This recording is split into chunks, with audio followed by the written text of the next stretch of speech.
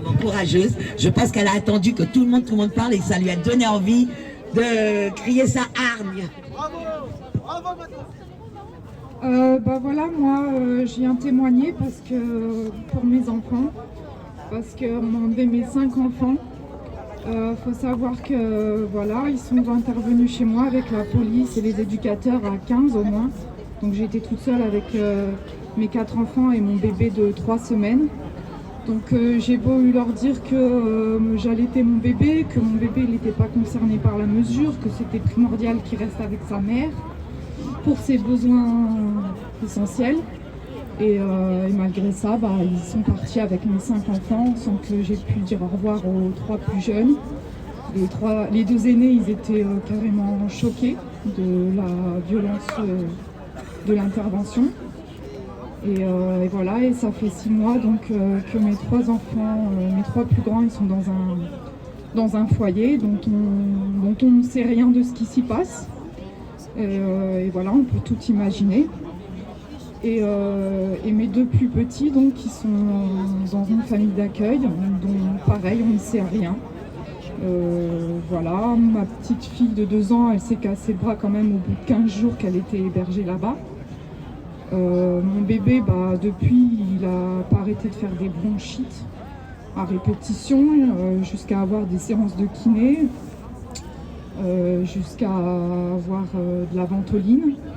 Donc bah, tout ça c'est totalement anormal quoi, parce que moi je suis une bonne maman, je suis aide-soignante. Mon souci c'était que je m'étais arrêtée de travailler à mon 3e enfant pour m'occuper de mes enfants à plein temps quoi.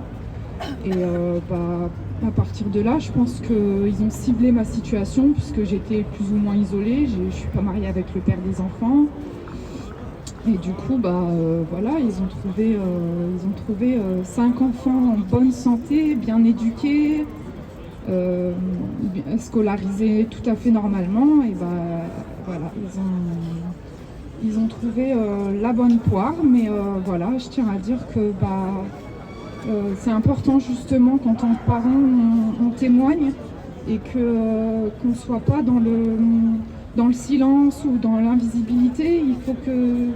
Il faut que ces placements abusifs ils cessent quoi. On est en France normalement, on est en 2020, on donne les moyens aux gens de faire des enfants et on ne peut pas nous les retirer comme ça. C'est pas juste. Voilà. Il faut continuer à se battre. T'es de quelle région? C'est sur quelle Je région? suis de Paris, à Paris. Ah, Donc Paris. en plus voilà, la ville normalement des lumières, et bah, il serait temps de mettre la lumière sur certaines choses qui sont pas acceptables. Voilà, merci. Eh ben, bon courage, bravo.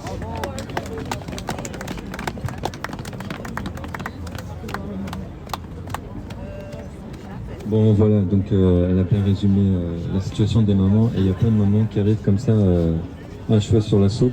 Le problème c'est que donc elle était arrivée, il y avait une manifestation la dernière fois, c'était place de l'Opéra. Donc voilà, en fait les mamans qui sont seules, bah, et l'ASE en profite pour voler les enfants quoi. Et après bah, il y a des enfants qui finissent mal évidemment. Et je voulais en profiter pour dire que tout ça c'est écrit depuis 95 quoi. Le protocole de Toronto c'est écrit, ils veulent briser la cellule familiale. Et l'ASE, les sociaux, tout ça c'est des agents de... Bon ça, voilà c'est ça reste un gagne-pain. Comme dira l'autre, bon bah je fais mon travail, voilà, c'est un travail comme un autre, hein. C'est comme les flics, c'est pareil. Mais le problème c'est que tu fais le mal. C'est ça le problème, tu fais le mal. Voilà, moi ce que je comprends pas, voilà, on a le cas typique. Moi ce que je voudrais savoir, comme elle dit donc elle avait 5 enfants, 4, on t'en a pris 4 ou 5 4, vous imaginez, voilà, c'est ça qu'il faut dire. Ouais. Les aides-soignantes en plus dans les hôpitaux. Tu es dans un hôpital, clinique, tu travailles, ouais. Ça me fait la peine, moi je suis empathique. Donc, ce que je me dis, c'est qu'alors, comme on dit que ça coûte entre 10 000 et 20 000 euros un enfant, vous imaginez qu'avec 5, ça fait 50, allez, au bas mot, c'est 50 000 euros, ce que ça rapporte ou que ça paye à l'État pour payer, entretenir tout ça.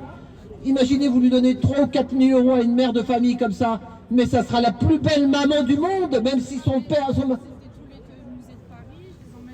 Oui, bah voilà, oui, tu t'occupais de ta famille, voilà.